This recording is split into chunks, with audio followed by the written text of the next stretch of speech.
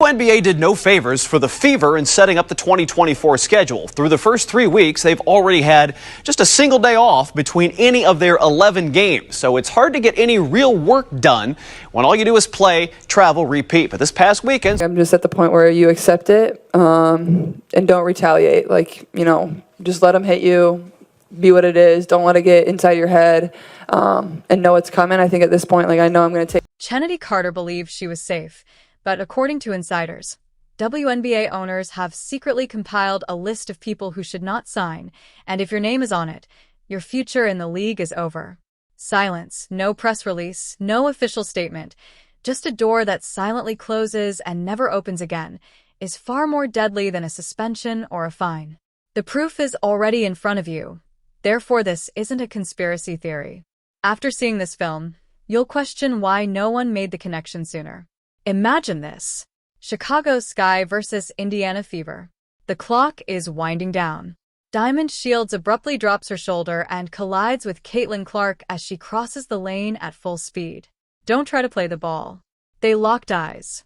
Put your body down. A deliberate collision masquerading as a basketball game. The referees sound the whistle. Common foul. That's all. For a moment, the arena is silent. The crowd then erupts because they just witnessed a lack of defense. It was a declaration. With a hand outstretched, DeShields stood over Clark. Fake worry a show.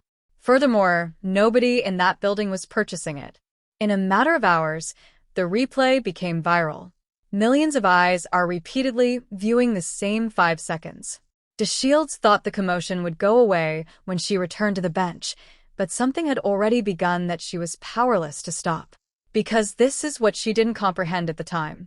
You can't just walk on and body check the most valuable player in women's basketball history. No more. Not in this day and age. The invisible laws that determine who gets to continue playing have also altered, as have the league and the economy. DeShields simply hadn't received the memo yet.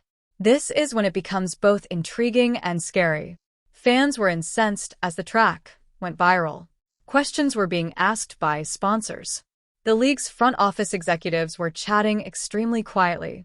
Not via back channels, not at press conferences, nor on tape. What about the message that went viral? Brutal and simple. Efficient. The headache is not what we want.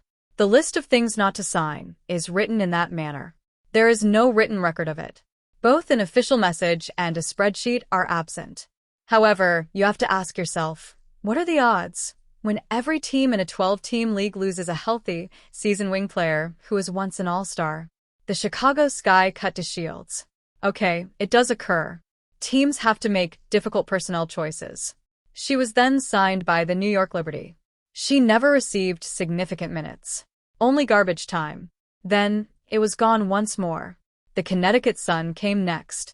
She made it to the very end of the preseason and survived every drill and scrimmage before they also cut her. And now, months later, there is still no team, no contract, nothing, a former all-star with experience and availability, and not a single team will sign her. It's not a coincidence. Coordination is that. What the data already indicate was corroborated by sources close to several organizations. Fans on the internet made it plain they didn't want her on their rosters. Teams were under pressure regarding the optics, sponsors were flagging her name, and league officials were somehow ensuring the message got through despite saying nothing in public. The list operates in this manner. DeShields isn't where the tale begins, but it doesn't have to exist on paper to be totally true. You must return to Chennedy Carter in order to comprehend how this list functions. Chicago Sky versus Indiana Fever on June 1st, 2024. Clark is standing away from the play, not even looking, when Carter enters and gives her a hip check that knocks her to the ground. Just a hit, no basketball rationale, no ball competition. The referees classify it as a common foul. After reviewing the video, the league classifies it as flagrant, unnecessary, excessive, and away from the ball. What did Carter say when reporters questioned him about it following the game? I won't respond to any inquiries from Caitlin Clark. It only required 5 words. Within an hour, that quote appeared in every major sports outlet. And those 5 words conveyed uncoachability, not simply haughtiness, to every front office official in attendance. Liability was the issue.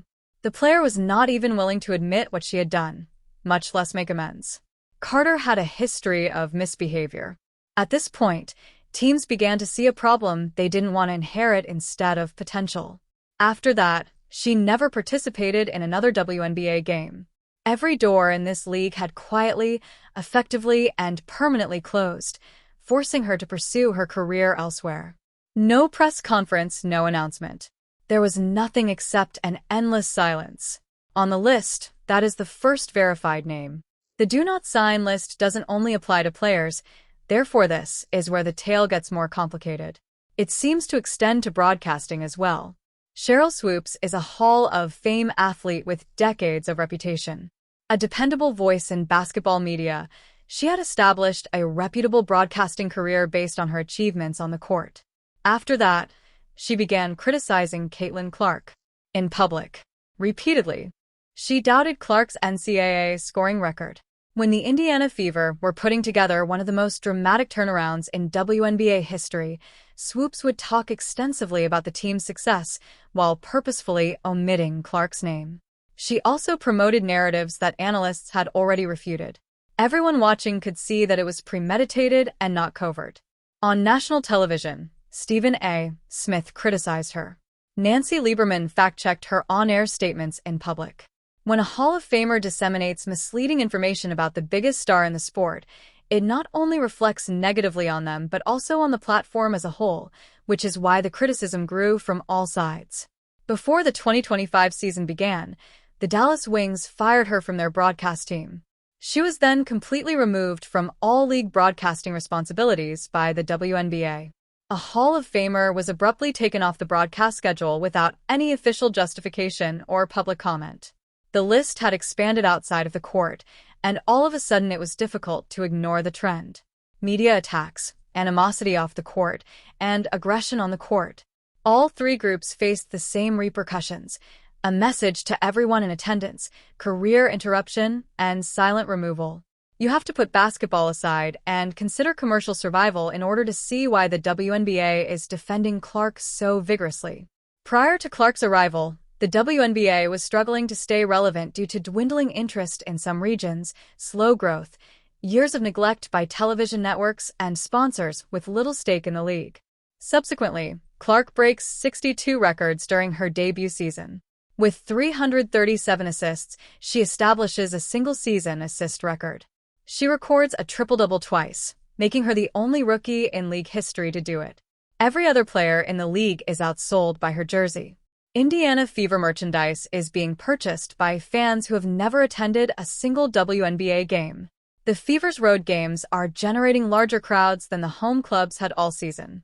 Suddenly, television networks that hadn't placed a bid for WNBA rights in years are present. Sponsors are investing twice as much. In a single season, the Indiana Fever went from being a lottery club to a playoff contender. You added a good player, so that doesn't happen. That occurs as a result of adding a generational force that modifies a franchise's overall gravitational pull. Collective bargaining, player compensation, and revenue sharing will now be discussed later in the 2026 CBA negotiations. The union is demanding increased funding. The league will only be able to defend its delivery if it can demonstrate to sponsors and television partners that the WNBA actually makes money. That proof is Clark. Therefore, when players begin to target her with cheap shots, media attacks, and coordinated hostility, they are actively endangering every other player's ability to negotiate a better deal in addition to harming the league's reputation. Carter, Swoopes, and Shields pursued more than just Clark. They pursued the bargaining power that the league as a whole required. That's why the repercussions happened so quickly. They were so total because of this. Take a step back and see something from a distance. Within the same 12-month period, 3 well-known individuals and 3 career collapses were all associated with the same athlete. No public justifications or official statements. Simple, effective removal. Shields, who was released by 3 clubs and is currently unsigned, went viral on social media over not being able to move her possessions after being waived. Carter was essentially banished from the league in which she had established her career after being sent overseas. Swoopes lost her broadcasting responsibilities and the platform that her Hall of Fame career had provided her. Just results, No statements, press releases, or openness. Because government blacklists are prohibited, this is the exact reason why the do not sign list is so strong and frightening. However, unofficial ones? Those that use sponsor pressure, whisper networks, and carefully crafted back-channel conversations? They seem to be perfectly okay. In one formal action, the league never had to mention Clark's name. They didn't have to. Every team received the message nonetheless. Every executive recognized the significance of the quiet, and every player remaining in the league observed what transpired with DeShields, Carter, and Swoops and came to their own conclusions. This is the reality that lies beneath it all. Because they adore Caitlin Clark, the WNBA isn't operating a covert blacklist. They are running it because they have at last achieved what they have been pursuing for 25 years. A player who attracts casual admirers. A player who drives ratings, draws sponsors, sells out arenas, and pushes products. And they won't let media animosity, jealousy, or cheap shots destroy that. The days of cheap shooting the star, denying it in the media, and returning to the court the next week are long gone. This league's economics have changed too drastically for such culture to endure. Players who are unable to acknowledge how much Clark has changed, like DeShields, Carter, and Swoops, they will learn the hard way, quietly and irreversibly. The WNBA made a decision on its future since there was no official announcement to contest. And it ensured that anyone obstructing that future was aware of the price. The list is now a track record rather than a rumor. Tell others about this tale if it opened your eyes. These connections aren't being made by the mainstream media. Yes, we are. This league is evolving quickly, so you won't want to miss what happens next. So subscribe, and enable notifications.